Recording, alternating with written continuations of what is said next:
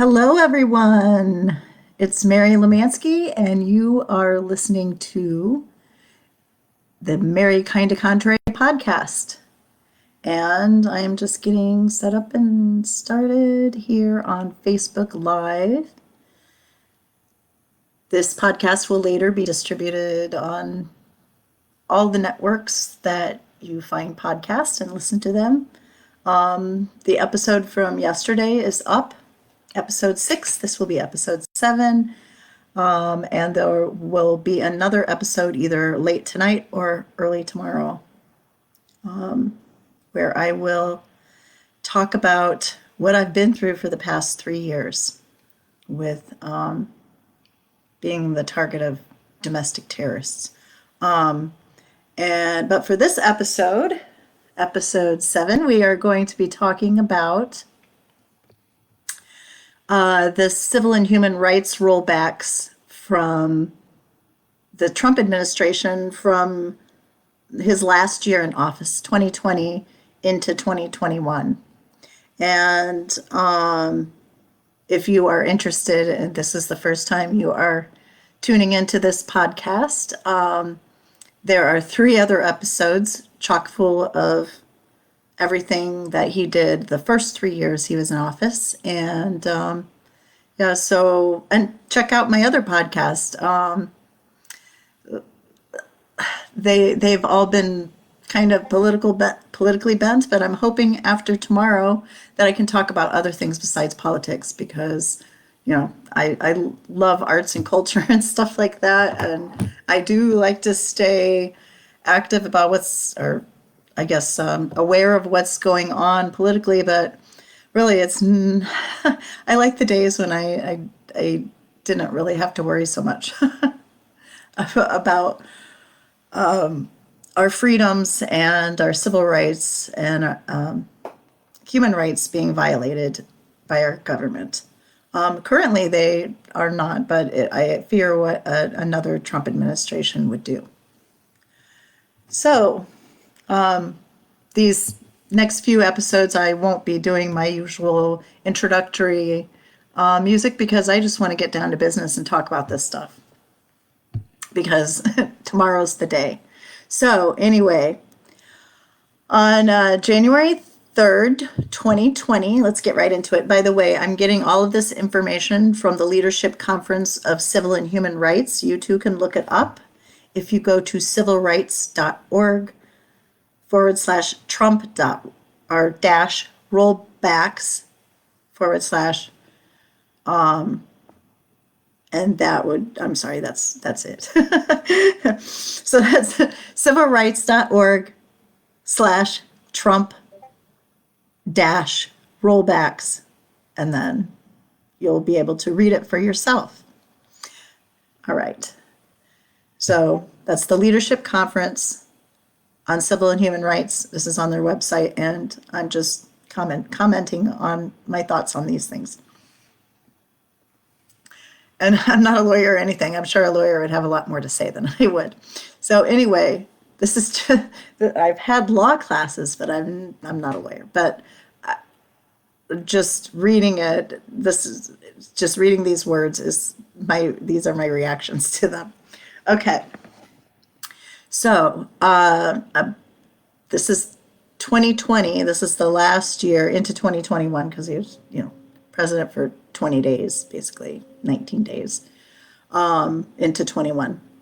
So, okay, so on January 3rd again, starting early in the new year of 2020. Remember, this was the year of the pandemic. So,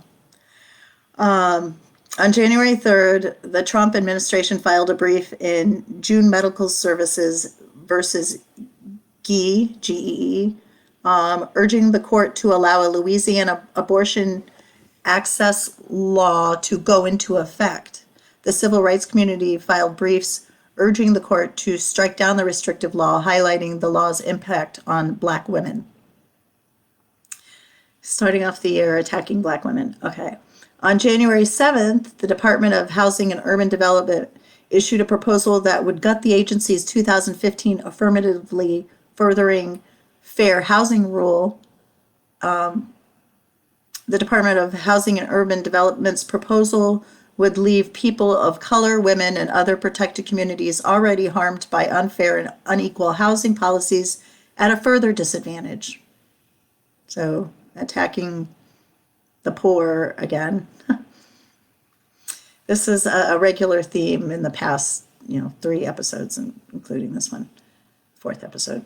On January 13th, the Washington Post reported that the Trump administration would divert $7.2 billion of funding from the Pentagon to fund the president's harmful and wasteful wall along the southern border. On January 13th, I already said my thoughts on the wall in the last episode. I'm not going to go on and on about it. On January 13th, and subsequently on February 11th for the Senate companion resolution, the White House issued a statement of administration policy opposing H.J. Res. 76, a resolution under the Congressional Review Act to overturn Secretary of Education Betsy DeVos's borrower defense rule. The Leadership Conference on Civil and Human Rights supports this resolution. So, going back to attacking the student borrowers. Also on January 13th, the White House issued a statement of administration policy opposing H.R. 1230, the Protecting Older Workers Against Discrimination Act. Oh, man. They're already working when they're older, and then you have to discriminate against them. Okay, which the Leadership Conference on Civil and Human Rights supports. They didn't support what Trump did. They supported the House resolution. On January 16th, 9 federal agencies issued proposed rules eliminating the rights of people receiving help from federal programs to 1, request a referral if they have a concern or problem with a faith-based provider, and 2, receive a written notice of their rights. So the changes would encourage agencies to claim broader religious exemptions to deny help to certain people while receiving federal funds. So you can receive federal funds and discriminate against people just because, your faith supposedly says that, although I thought Jesus opened his arms to everyone. And those are the people that seem to be the most invested in these kind of rollbacks, which seems weird. And let's see. So you can't if you have a problem with a faith-based provider, you can't even voice a concern about it, which seems to go against First Amendment rights, or you can't request a referral even if they have a concern. Sorry, I misread that. And receive written notice of their rights. So they can't even tell you what your rights are.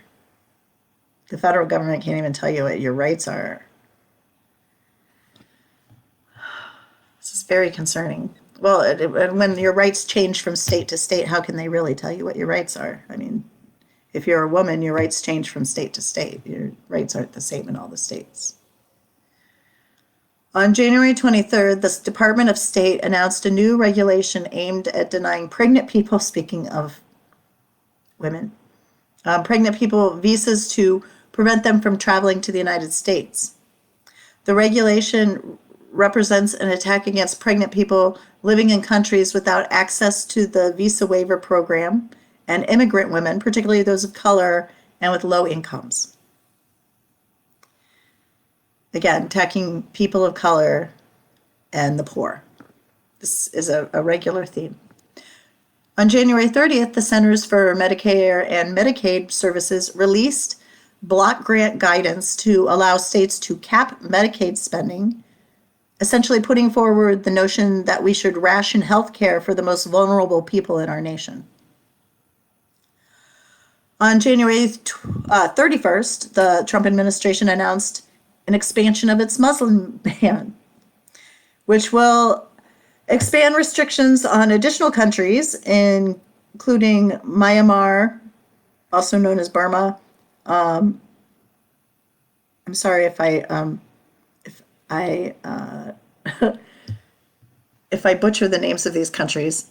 I should know these things. I'm a travel agent. You would think I would know, but Eritrea, Kyrgyzstan, Nigeria, Sudan, and Tanzania. So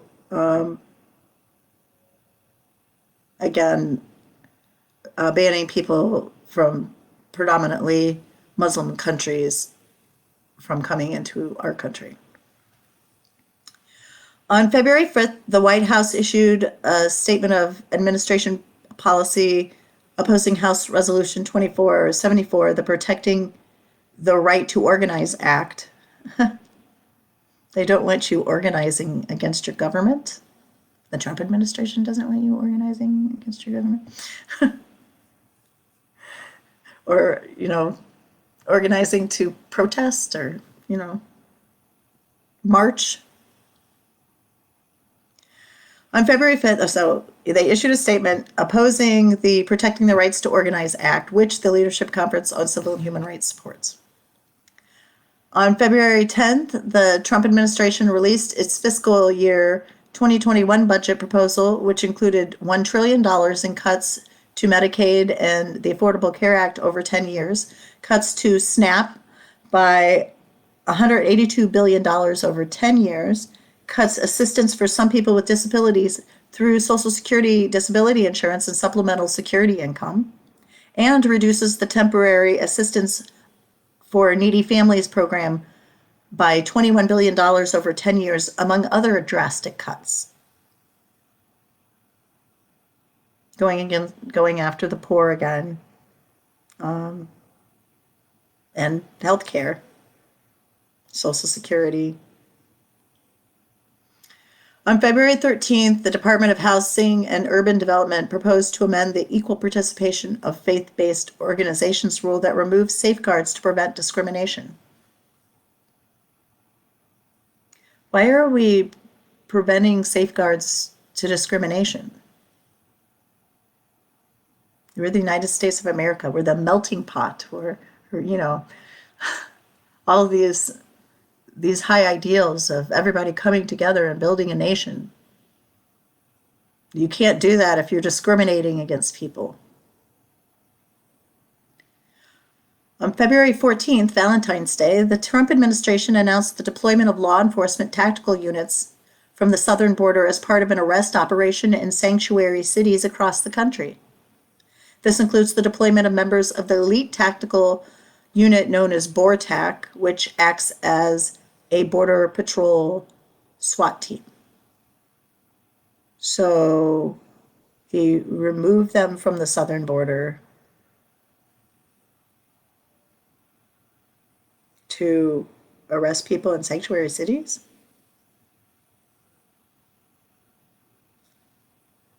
Why would you remove them from the southern border if our border is being overrun?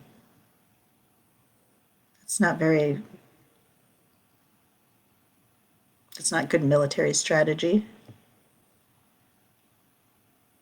Do you really want him in command?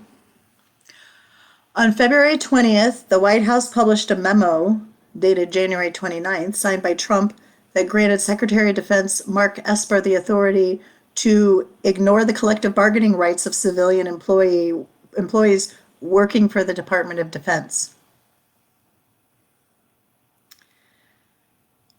You ignore the civilian employees working for the Department of Defense, the collective bargaining agreement, their rights. On February 25th, the Department of Justice sided with the plaintiff, Students for Fair Admissions, to oppose race-based affirmative action at Harvard University in a friend of the court brief filed in the First Circuit Court of Appeals. This is kind of a 180 from what the Department of Justice usually did in the past, I believe. On February 26th, the Department of Homeland Security expanded 2 pilot programs, the Humanitarian Asylum Review Process, HARP, for Mexican nationals, and Prompt Asylum Claim Review, PACR, the fast track the asylum process for migrants at the U.S. border. The American Civil Liberties Union argues that both programs deny asylum seekers due process since it is nearly impossible for the migrants to access legal help. So when the ACLU steps in, it's usually rights are being violated pretty badly. So on February 26th, the Department of Justice created a denaturalization section in its immigration office to prioritize stripping citizenship rights from naturalized immigrants who commit certain crimes. So you're a naturalized immigrant here in the United States, and you're going to get your rights stripped away from you for certain crimes. What about birthright citizens? Does this open up a pathway legally for birthright citizens that are born here that commit crimes to, I don't know where they would send us. It would be like England sending us off to, sending when England sent all of its, convicts and stuff to Australia or whatever. What are they going to do with us? I mean, what does that set the precedent for us, as people that are born here? I've read that they want to get rid of the birthright citizenship too, which makes no sense, because they don't want people coming over here and having babies, and then the baby is a citizen of the United States. They don't want that. So they are trying to, limit people in so many different ways. And this is just one of them. So they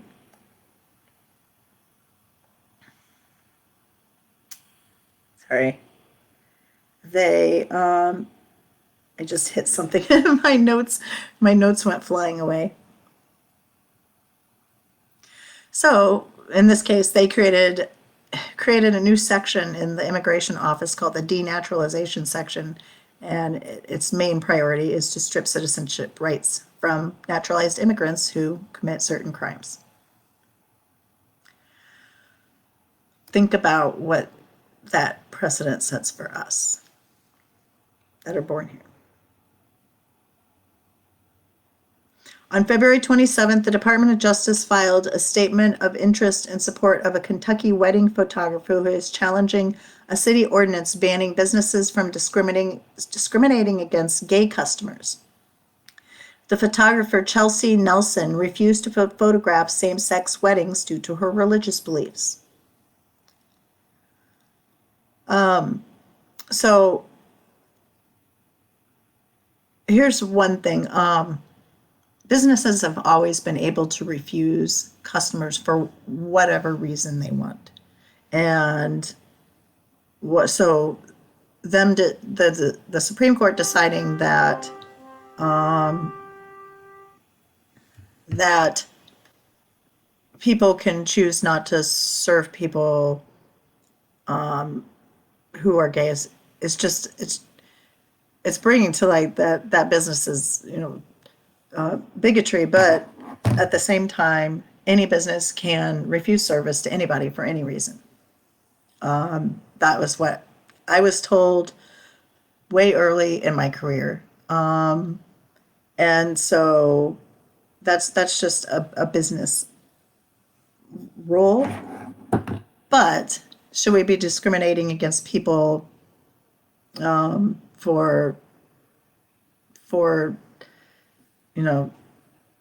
reasons that, if you really think about it, go against most religions?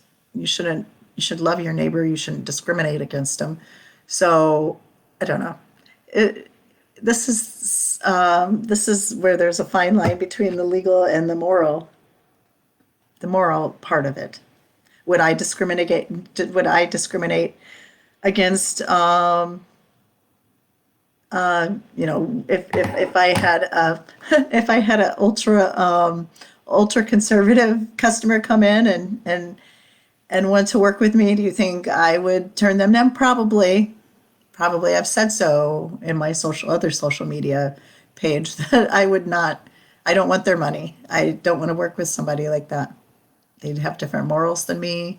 I don't want the hassle if they're gonna, and the times that I have had to work with conservatives, they've been a little bit high maintenance. just gonna be honest. So,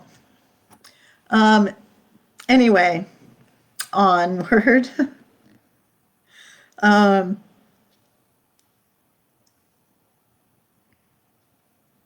Okay.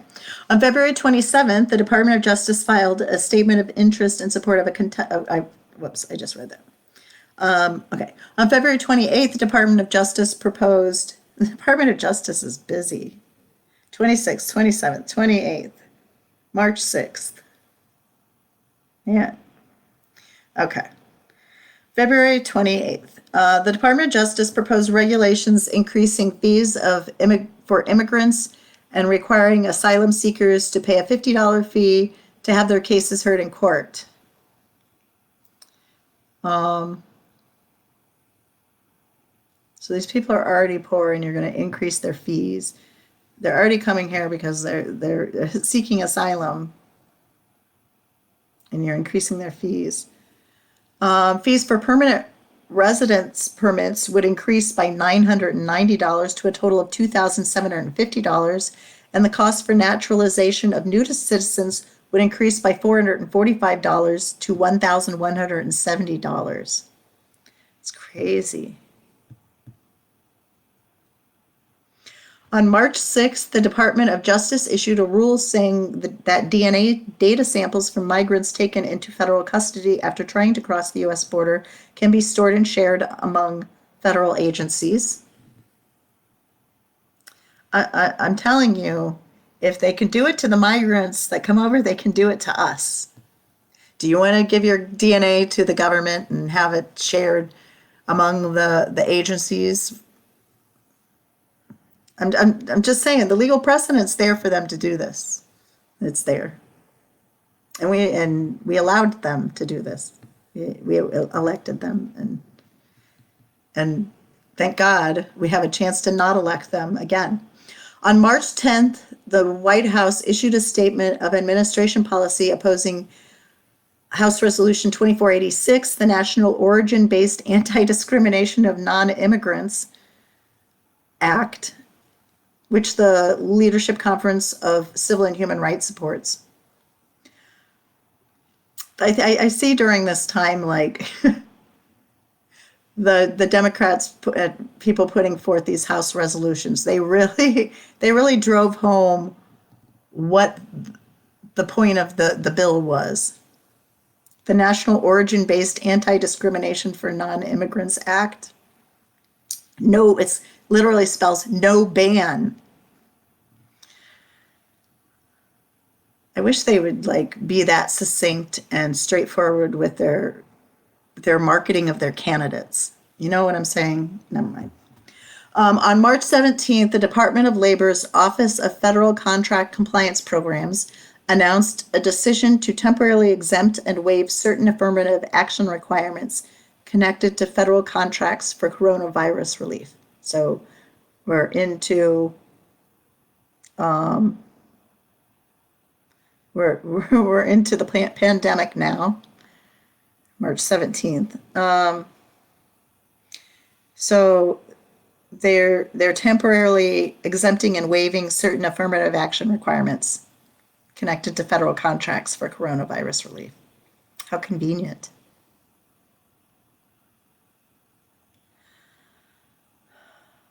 How convenient to hurt the people that need it the most. On March 20th, the Centers for Disease Control and Prevention imposed a 30-day restriction on all non-essential travel into the United States from Mexico and Canada, an effort led by Stephen Miller to use public health laws to reduce immigration. On March 24th, Attorney General William Barr signed a statement of interest arguing against the Connecticut Interscholastic Athletic Conference, their transgender athlete policy, which allows athletes to compete as the gender with which they identify.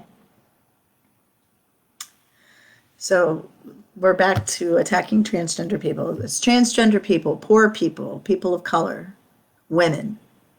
Those are the people that they're targeting. And if you're in one of those groups, you might not want to vote for Trump tomorrow. On April 20th, the Trump administration extended its March 2020 CDC rule on border restrictions until May 20th, 2020. Not wanting people to come into the country. On April 22nd, Trump signed an executive order to temporarily ban the issuance of green cards to people seeking permanent residency in the United States, a move that was viewed as a shameless manipulation of the pandemic to justify the administration's xenophobic policies.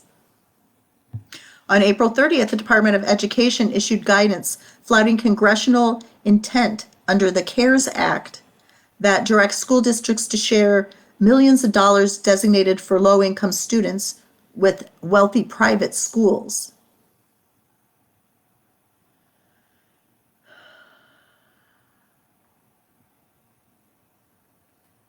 So,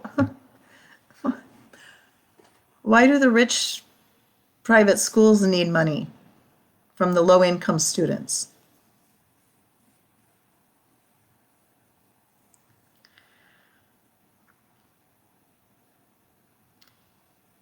Share millions of dollars designated for low-income students with wealthy private schools. So is it allowing I'm not quite sure. I would like to read more up on that. What Betsy DeVos did there with the Department of Education. Okay. That just sent me down a rabbit hole of thinking there that you just witnessed. Okay. On February 6th, the Department of Education released its final rule on Title IX that raises the bar of proof for sexual misconduct, bolsters the rights of those accused, and introduces new protections that include sexual harassment. If the rule takes effect, it will silence sexual assault survivors and limit their educational opportunity. Well, you'd expect so much from a rapist, a convicted rapist. On May 12th, the Department of Agriculture appealed an injunction that blocked the agency from proceeding with cuts to the SNAP program, food stamps. The new requirements, if the USDA wins its appeal, would strip 688,000 Americans of their food benefits.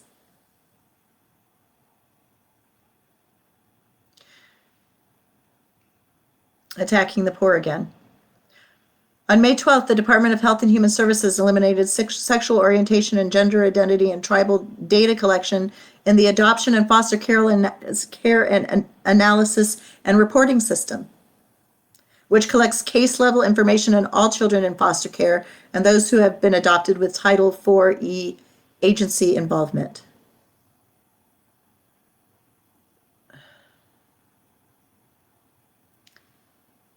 So they don't want to know if you're, they don't want the Department of Health and Human Services to know your sexual orientation, gender identity, or if you're tribal data, a Native American. In the foster care adoption system. These seem like things that need to be like tracked, especially if people, have a tendency to be abused because of their sexual orientation, their gender.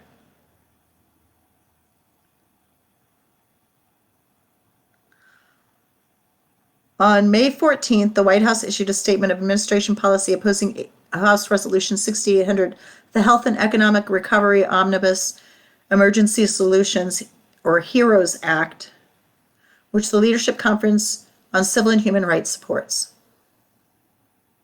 So they opposed the Health and Economic Recovery Omnibus Emergency Solutions Act in the middle of the pandemic.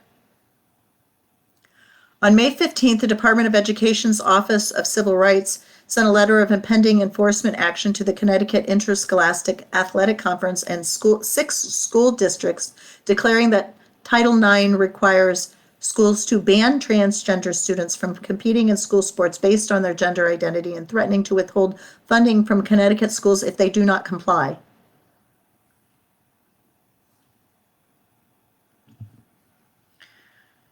On May 19th, the Trump administration announced the indefinite extension of the CDC order that allows federal authorities at the border to immediately return migrants to their home countries. They're using the pandemic to their advantage at this point. On May 26th, the Department of Justice filed a statement of interest in an Alabama federal court in support of the state's onerous absentee ballot requirements that put Black voters and voters with disabilities at risk during the COVID-19 pandemic. Just a thing about absentee ballots.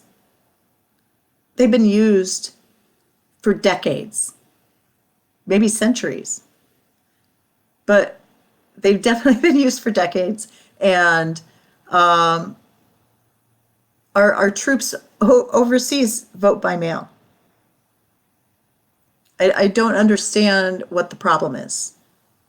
It has our country, our voting system is one of the best in the world and most secure, and it had been for decades. And now all of a sudden, since Trump's running, it's all of a sudden something's wrong with it. These same people that were going, yes, USA, we're the best, right before Trump came along and said,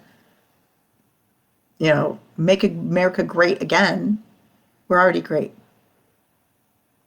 That should have, I don't know, that should have been their reaction, but it wasn't. And now we have to deal with this one more time. And look at all this stuff that he's done. Or did the last time. All they're going to do is just reverse the Biden administration, and all this stuff is going to go back into effect. The Supreme Court right now is just shady. Sorry, got to say it. At least 2 of the people on the Supreme Court are bought and paid for by people with not the best interests for our country. It's more like selfish billionaire interests, white supremacist interests. On May 29th, Trump vetoed a bipartisan resolution to overturn a Department of Education rule and hold Secretary DeVos accountable for failing to provide relief to students defrauded by for-profit colleges. So that's actually why Betsy DeVos got into being a Department of Education secretary, because she wanted to overdo that. She has a finger in the for-profit college pie. On May 29th, Trump issued a presidential proclamation aimed at restricting the entry of graduate students and researchers from China. Or as Trump says, China. Can we get a president that treats other countries with respect, please? On June 1st, police officers and the National Guard dispersed peaceful protesters outside the White House using tear gas and flashbang explosions so that Trump could pose for photos while holding up a Bible upside down, by the way, which is kind of satanic, in front of St. John's Episcopal Church. On June 3rd, the Department of Justice filed a brief in Fulton versus City of Philadelphia, calling on the U.S. Supreme Court to allow religious-affiliated adoption agencies to refuse child placement into LGBTQ homes. The Justice Department is not a party to the case. So now the Justice Department is interfering in, other cases that it's not really a party in. On June 12th, the Department of Health and Human Services issued its final rule rolling back the Non-Discrimination Protections Section 1587 of the Affordable Care Act. The rule will promote discrimination in medical care.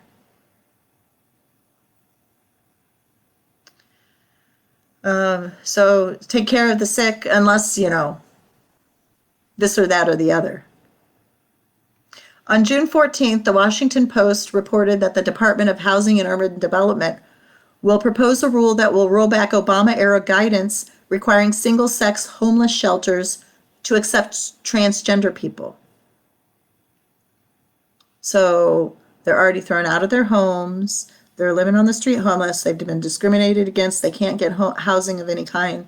And now you're making it okay for single-sex shelters, homeless shelters, to discriminate against them. Where do you want them to go? On June 15th, a 161-page resolution from the Departments of Homeland Security and Justice was published in the Federal Register that would make it exceedingly difficult for migrants to claim asylum in the United States.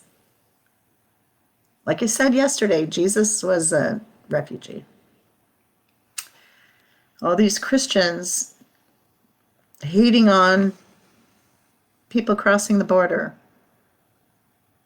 because they're trying to escape, harmful conditions. And they come here and people are even worse to them. Really, it's really bad. We're America. We open our arms to everyone. When has it been any different? On June 19th, the Department of Justice filed a statement of interest arguing that the Equal Protection Clause permits Idaho's Fairness in Women's Supports Act, which bans trans girls and women from school sports teams.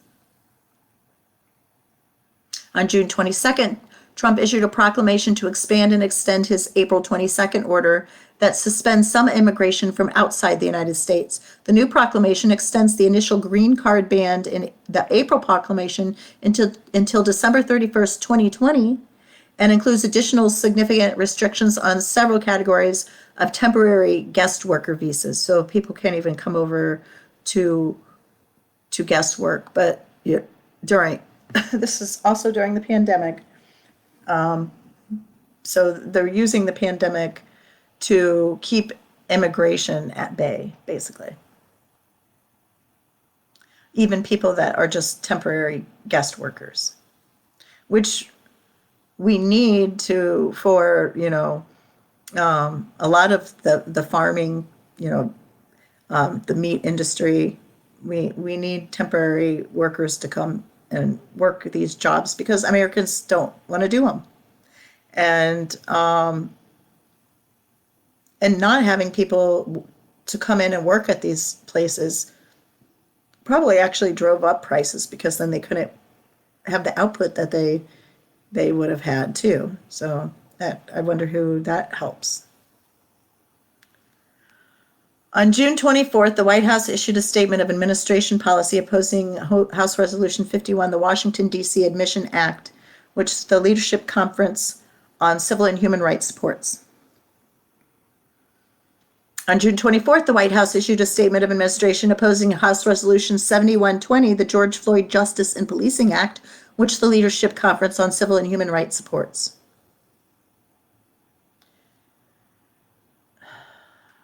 It's like the House can't get anything done because the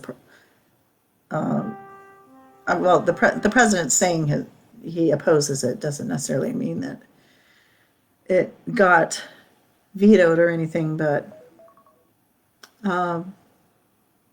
still, just having the president say that he opposes justice and policing, that he opposes uh,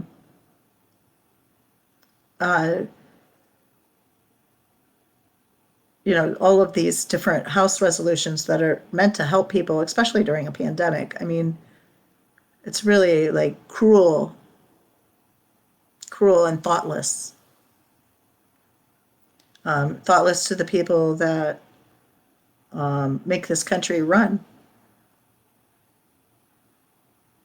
On June 24th, the White House issued a statement of administration policy supporting House Resolution 3985, the Just and Unifying Solutions to Invigorate Communities Everywhere Act, which the Leadership Conference on Civil and Human Rights opposes.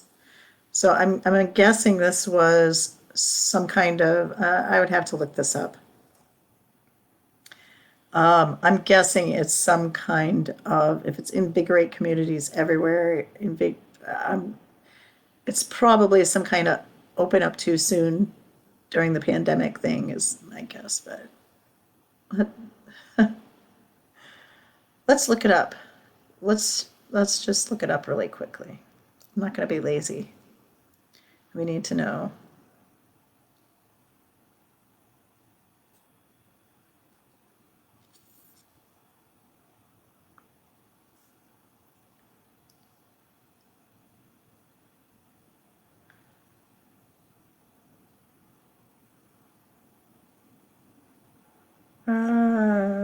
This bill addresses policies and issues regarding policing practices and law enforcement accountability. Oh, so it's probably an answer to the other one. The bill funds state and local grants, incentivizes state and local reporting on the use of certain policing practices, creates new federal offenses for certain misconduct, establishes a commission to study the conditions affecting Black men and boys. Well, that would have been a good thing. And establishes best practices and training requirements. But I just wonder what the motivation behind the studying the conditions affecting Black men and boys was. Introduced in the Senate. Who was it introduced by? Oh, Senator Tim Scott from South Carolina. That's another thing I should probably look into that I don't have time for right now. Okay.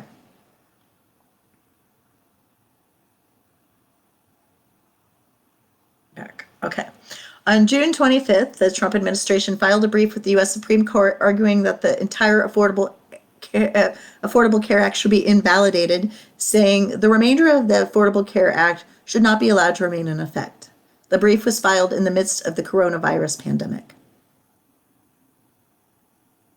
It's like they're trying to kill us or something. On July 7th, the Consumer Financial Protection Bureau issued its final rule on payday care and title lending, undoing consumer protections and threatening to devastate communities of color that are already facing the worst fallout of the pandemic. Also on July 7th, the Department of Education's Office for Civil Rights issued a notice in the Federal Register proposing changes to the federal rights data collection because, you don't want to know about stuff, including removal of several questions regarding school and district characteristics, discipline, school finance, and data disaggregation. So the Office for Civil Rights, who you would think would want to know as much as possible about civil rights and who's being affected, is removing certain questions, several questions about those things that we want to know about. On July 8th, the Departments of Homeland Security and Justice issued a proposal rule that would bar asylum seekers from countries with disease outbreaks. The proposal does not say whether it would only apply during a global pandemic, but instead would depend on determinations made by the Attorney General and Homeland Security Secretary in consultation with the Department of Health and Human Services. On July 14th, the Department of Justice filed a brief asking the U.S. Supreme Court to reinstate Medicaid work requirements in Arkansas after a 3-judge panel of the U.S. Court of Appeals for the D.C. Circuit unanimously upheld a lower court ruling that blocked the work requirements. On July 14th, like the federal government's working against the people that are trying to make things better, like actively working against them. On July 14th, the federal government executed Daniel Lewis Lee, the first federal execution more than 17 years after the Trump administration resumed the federal death penalty. So this is where Trump starts going on a killing spree. This is the first federal execution. He goes on a killing spree for the rest of the year. On July 15th, the Trump administration finalized a rule proposed by the White House Council on Environmental Quality to change how the federal government implements the National Environmental Policy Act, NEPA. NEPA is the federal law signed by President Nixon, Republican, in 1970, that safeguards air, water, and land by requiring environmental assets of major infrastructure projects. The Trump administration's rule limits the number of projects that require in-depth environmental review and no longer requires federal agencies to weigh a project's vulnerability to climate change or impact on global warming. Now they're attacking the earth. On July 16th, the Commission on Unalienable Rights, the formation of which was announced in July 2019 by Secretary of State Mike Pompeo, released a draft report to the public. Experts describe the report as undermining decades of human rights progress. Do we need to more of this stuff? Do we need to elect these people again? On July 16th, because the people that were on his cabinet back then are probably going to be the same people that are going to be on it, acting again. Acting, they're not confirmed by Congress, they're all acting puppet people. On July 16th, the federal government executed Wesley Ira Perky, the second federal execution in more than 17 years after the Trump administration resumed the federal death penalty. Also on July 17th, the federal government executed Dustin Lee Honkin, the third federal execution in more than 17 years after the Trump administration resumed the federal death penalty. He's finally getting to kill people. He's killing like he's killing Americans by the tens of thousands with the pandemic. And now he's like literally killing people on death row. On July 21st, Trump signed a memorandum attempting to ban undocumented immigrants from counting toward congressional apportionment following the 2020 census.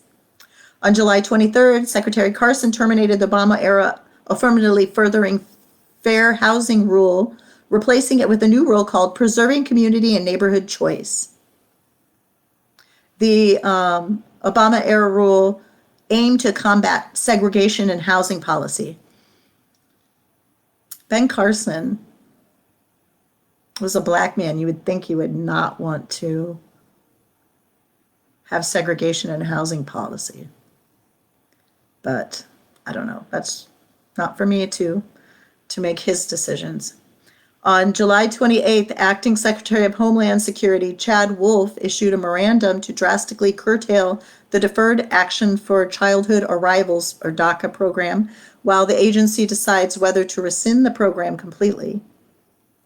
The memo is in response to the U.S. Supreme Court's decision in June 2020 that found the administration violated the Administrative Procedure Act when it rescinded the program in September 2017.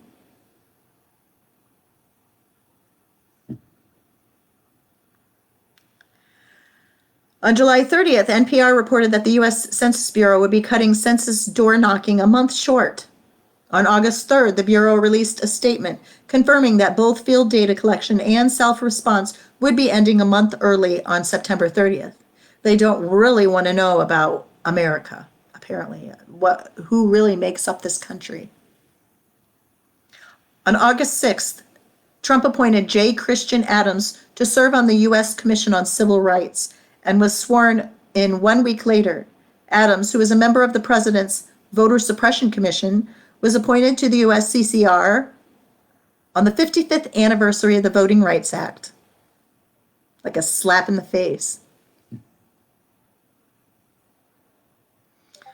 On August 8th, Trump signed a series of politically motivated executive actions amid the coronavirus pandemic. One of the memos he signed defers payroll taxes from September through December 2020. Trump also said that if reelected, he would permanently terminate the payroll tax. In a letter to Senate Democrats on August 24th, Stephen Goss, chief actuary of the Social Security Administration, said that such a move would deplete Social Security by mid-2023. Good thing we didn't keep him in office, huh? We wouldn't have Social Security now. On August 18th, the Equal Employment Opportunity Commission signaled its intent to create burdensome new rules for its conciliation process that could tip the scales in favor of employers and potentially expose workers who file workplace discrimination claims, as well as potential witnesses to retaliation. Trump's all about the retaliation, isn't he? Let's not vote him into office and see what he means by retaliating and being a dictator for a day, a dictator. On August 18th, the Equal Employment Opportunity Commission signaled its intent to create burdensome new rules. Oh, I'm sorry, I just read that. On August 19th, the U.S. Agency for International Development released an updated draft policy on gender and women's empowerment that eliminated any reference to transgender people or contraceptives. See, they're coming after your birth control. On August 21st, the White House issued a statement of administration policy opposing House Resolution 8015, the Delivering for America Act, which the Leadership Conference on Civil and Human Rights supports. On August 26th, Eric Dreeben, head of the Justice Department's Civil Rights Division, sent letters to the governors of Pennsylvania, Michigan, New Jersey, and New York, all Democrats, requesting information under the Civil Rights of Institutionalized Persons Act about the coronavirus response of public nursing homes in their states. The move, which occurred during the Republican National Convention, was viewed as a political move targeting Democrats to distract from the president's failed response to the pandemic. On August 26th, the Department of Education issued a Dear Educators and Stakeholders letter announcing the withdrawal of 8 guidance documents, including its rationale that previous support the department expressed for diversity, for advocating for policy preferences and positions beyond the requirements of the Constitution and Title VI. I mean, if the stuff's in there, why do you go through the hassle of removing it unless you have an ulterior motive for removing these protections against people? This guidance of how to handle certain situations. On August 26th, the federal government executed Lesmond Charles Mitchell, killing spree, the 4th federal execution in more than 17 years after the Trump administration resumed the federal death penalty. The next day, on August 28th, the federal government executed Keith Dwayne Nelson, the 5th federal execution in more than 17 years after the Trump administration resumed the federal death penalty. On August 31st, the Department of Education issued a notice in the Federal Register that it had rescinded almost 100 guidance documents issued since the 1990s. These guidance documents on how to handle different situations within the Department of Education were all rescinded by Betsy DeVos.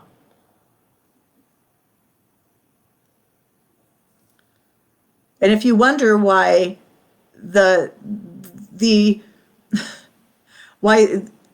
current administration, why the Biden administration is having so much problems getting stuff done. Well, they had to undo all this crap that Trump did for 4 years first.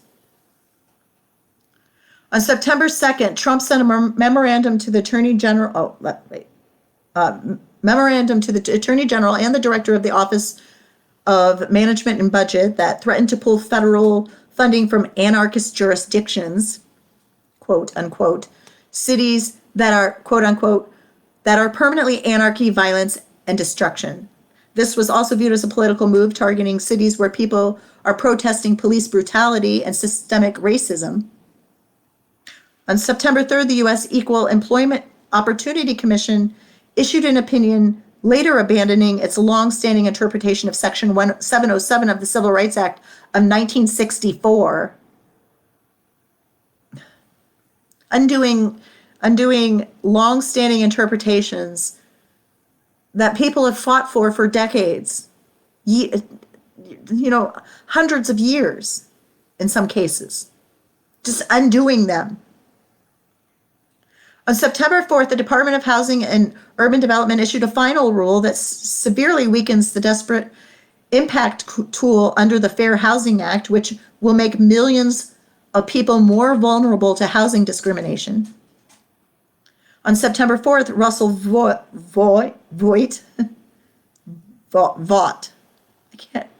I'm sorry, I'm so bad with pronouncing things. The director of the Office of Management and Budget sent a memo to the heads of executive departments and agencies instructing them to end anti-racist trainings that address white privilege and critical race theory, calling them divisive anti-American propaganda.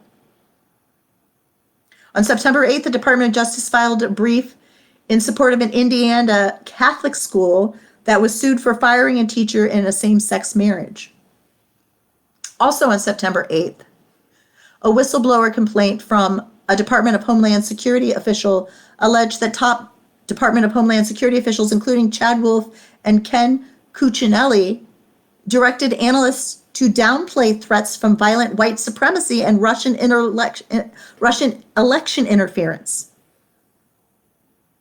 They want to hide the fact that white supremacists were causing these riots. It wasn't the BLM protesters, it was white supremacists. And if you look it up, you can find out that you can see that most of the people arrested were white supremacists. And Russian election interference. Russian election interference. I mean, we know that it happens. The CIA has said it happened. They want to downplay the threats. Why? Because it's helping them. On September 17th, the AP reported that the Department of Education is threatening to withhold some federal funding from Connecticut school districts if they follow a state policy that allows transgender girls to compete as girls in high school sports. On September 22nd, Trump issued an executive order prohibiting federal agencies, federal contractors, and grantees from engaging in anti-discrimination workplace diversity trainings the administration deemed divisive. They don't like diversity, do they? It's only divisive if you're white and you can't accept the fact that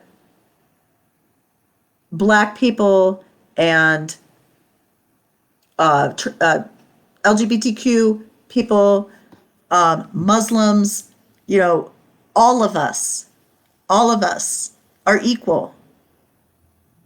It's only divisive if you don't think that we're all equal. On September 22nd, the Department of Labor proposed a rule that would make it easier for employers to misclassify workers and deny them minimum wage and overtime protections, attacking workers. On September 22nd, here we go again, another killing spree, the federal government executed William Emmett LaCroix Jr., the sixth federal execution in more than 17 years after the Trump administration resumed the federal death penalty. See, he doesn't have to shoot somebody anywhere to have his followers do it. He can just go into office and kill people every day on death row.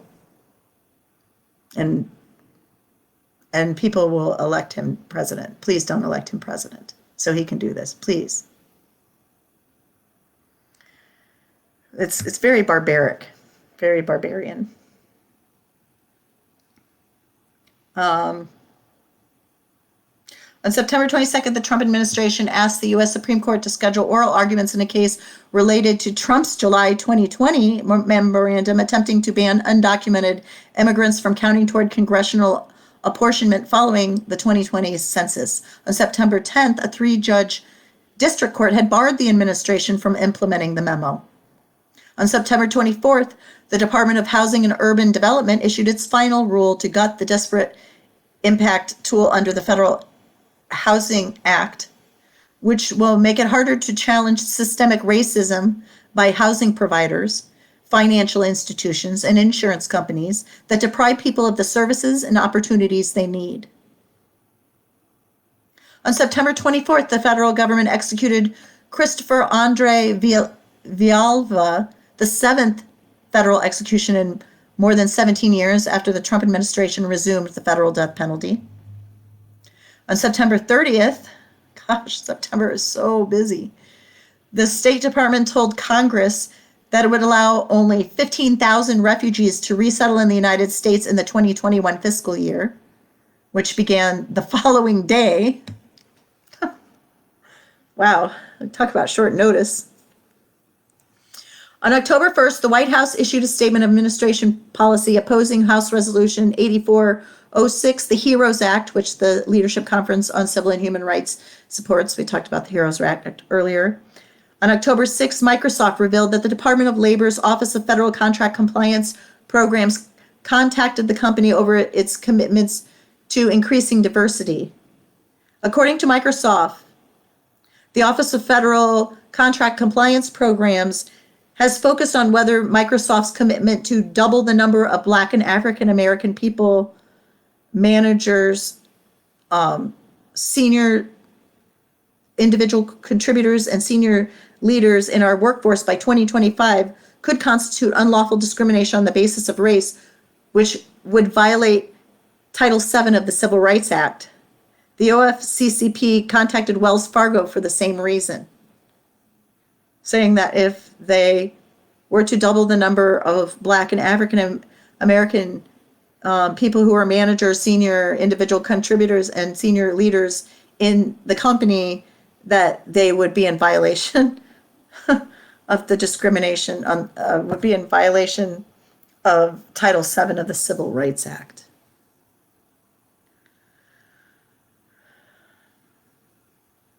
I mean, they're really consistently attacking people that need the most help.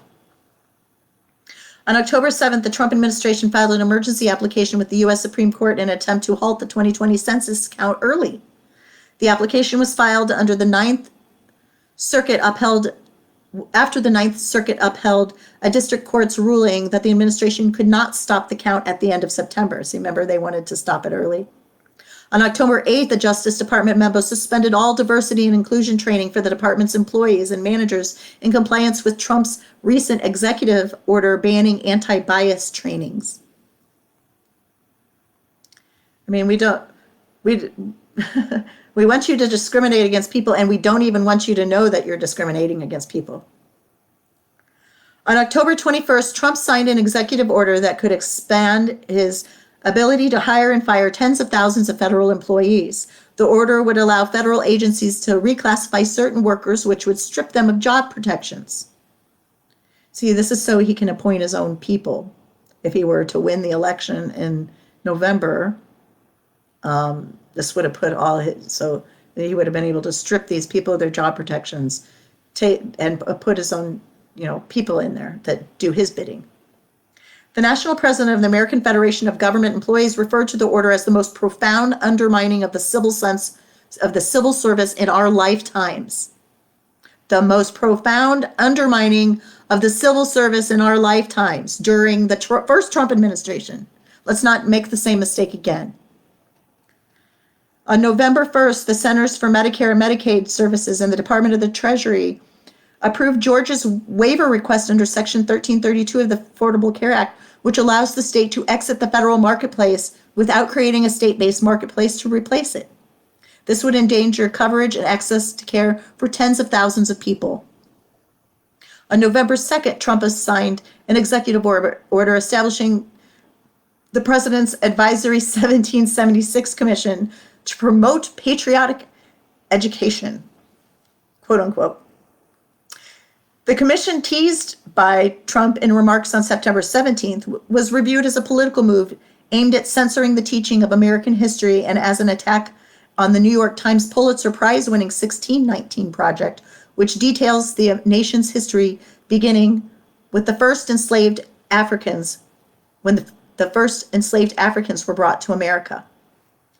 On November 9th, in a memo to U.S. Attorney General Barr authorized the opening of election fraud investigations, quote unquote, if there are clear and apparently credible allegations of irregularities that, if true, could potentially impact the outcome of a federal election in an individual state.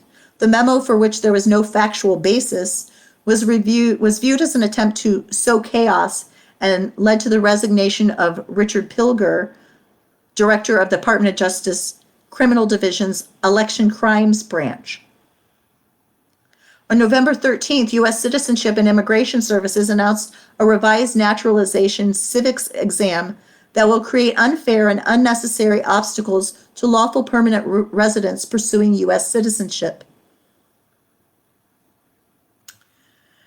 This country was built on immigrants. Why are we stopping it? Especially when people are not wanting to have kids. We need people to come to this country for it to build and grow.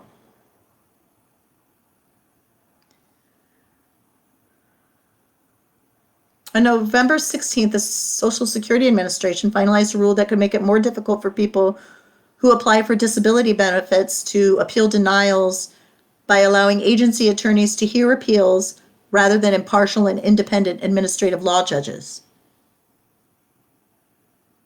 On November 19th, so they finalized this rule that allows the agency attorneys to hear the appeals rather than an administrative law judge, because when Trump goes and appoints the people that he wants into the offices, then they'll be free to deny people disability benefits.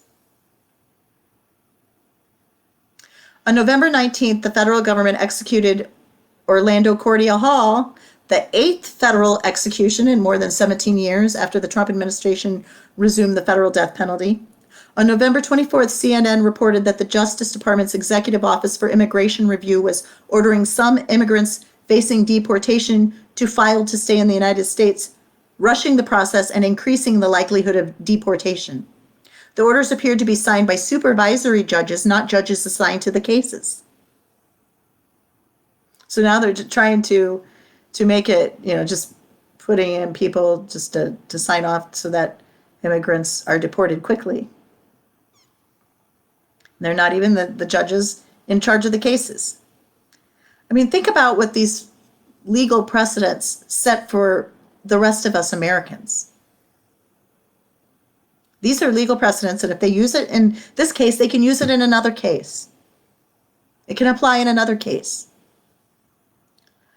On December 7th, the Department of Labor's Office of Federal Contract Compliance Programs announced a final rule that expands the ability of federal contractors to claim religious exemptions from federal non-discrimination laws and regulations, allowing them to discriminate against people of color, religious minorities, women, and LGBTQ people. On December 8th, the White House issued a statement of administration policy opposing the conference report to accompany House Resolution 6395, the National Defense Authorization Act. Their opposition was based in large part on the inclusion of language that would rename all bases and other military assets named for the Confederacy. We're the United States of America. Why are we honoring a country that is not our country? The Confederacy is not our country. The United States of America is our country. Only American generals should have their names on U.S. military bases, not Confederate. The other side, that's the other side. I mean, yes, they're in our own country, but it's still the other side. And that's not a country we want. So don't elect them tomorrow. That's not the country we want. We want the United States of America back. Or, I'm sorry, we want to keep the United States of America. We don't want to make it great and Confederate. On December 10th, the federal government executed Brandon Bernard, again, another killing spree, the 9th federal execution in more than 17 years after the Trump administration resumed the federal death penalty. On December 11th, the Departments of Homeland Security and Justice finalized a sweeping new rule that creates additional barriers to asylum eligibility and limits who can qualify for protection. People who claim they will face persecution based on gender or gang violence, for example, would generally not qualify for asylum under these new rules. On December 11th, the federal government executed Alfred Bourgeois, the 10th federal execution more than 17 years after the Trump administration resumed the federal death penalty. On December 12th, Justice Department lawyers acknowledged that the expulsion of 66 unaccompanied migrant children without a court hearing or asylum interview by U.S. border officials represented a contravention of a November district court ruling. On December 16th, the Department of Justice finalized a rule that strips the Executive Office for Immigration Review of its ability to make a reasoned decision on a fully developed record and blocks people in immigration proceedings from mounting an effective appeal. So for like 2 weeks, he laid off. But then in 2021, they started back up again. On January 8th, they got to get in their last blows before they get out of office. This is January 8th, 2021. The Department of Education's Office for Civil Rights released a memorandum misconstruing the U.S. Supreme Court's decision in Bostock versus Clayton County and its application to Title IX of the Education Amendments of 1972, refusing to apply Bostock, which prohibits discrimination against LGBTQ people, to federal education law. On January 8th, the Centers for Medicare and Medicaid Services approved a new Medicaid financing system in Tennessee, a 10-year quote-unquote experiment threatening health care for the 1.4 million people in the state's Medicaid program. On January 12th, the Department of Health and Human Services finalized a rule that allows social service providers that receive government funding to discriminate based on sexual orientation and gender identity. They're using your tax dollars to discriminate. On January 12th, 2021, a letter from the Office of the Inspector General at the Department of Commerce outlined whistleblower complaints that Census Bureau Director Dr. Stephen Dillingham ordered staff to prioritize the unconstitutional and premature production of a technical report that would include data on documented and undocumented immigrants in the United States, a directive motivated by partisan objectives. Dr. Dillingham resigned 6 days later following demands from civil rights organizations and members of Congress that he step down. On January 13th, the federal government executed Lisa Montgomery. Got to get a woman in there, otherwise his killing spree wouldn't be complete. The 11th federal execution in more than 17 years after the Trump administration resumed the federal death penalty. I'd be interested to see the races of these people too. On January 14th, the federal government executed Corey Johnson. He has nothing else to do but kill people at this point. The 12th federal execution in more than 17 years after the Trump administration resumed the federal death penalty. Imagine being like five days away from being president of the United States and your highest priority is killing people on death row. On January 16th, the federal government executed Dustin John Higgs, the 13th federal execution. Did I read about Corey? Did I just read about Lisa Montgomery? Did I read about Corey Johnson? We'll read about Corey Johnson again, just in case. On January 14th, the federal government executed Corey Johnson, the 12th federal execution more than 17 years after the Trump administration resumed the federal death penalty. On January 16th, the federal government executed Dustin John Higgs. That's like the 13th, the 14th, and the 16th. Were all 15th was probably, I don't know why he skipped the 15th. He probably had to golf that day. On January 16th, the federal government executed Dustin John Higgs, the 13th federal execution more than 17 years after the federal government resumed the federal death penalty. On January 18th, which is my birthday, which was also MLK Day, Trump's 1776 commission issued a report calling for patriotic education, quote unquote, comparing progressivism to fascism. Are you freaking kidding me? You're the one limiting people. You're the one discriminating against people. That's what fascists do. And communism. Really? You're centralizing the wealth into the hands of the wealthy, the billionaire class. That seems more like communism, centralizing the wealth in the hands of one area. That seems more like that seems like communism to me, like centralized wealth. Comparing progressivism to fascism and communism and justifying the nation's founding on the basis of slavery. So they justified slavery. We wouldn't have this country if it wasn't for slavery. Of course we wouldn't. And you need to acknowledge that it's bad. And no other country needs to be formed on that basis. Otherwise you turn it. You have this problem that we have now, where we have a white supremacist that's running for office, and could potentially be elected president again after doing all this crap. Thankfully, that was the last day. He had to get out of the office on the 20th so that Biden could come in and take over. But, he was busy back down to the last minute killing people. And his pandemic policies killed a lot of people, too. Hundreds of thousands of Americans, more than some wars. So think about that tomorrow when you go to the ballot box. And I'll be posting this pretty soon. You can find this podcast, Mary Kinda Contrary Podcast, on all the places where you can find podcasts. And also, I will have it up on marykindacontrary.com soon.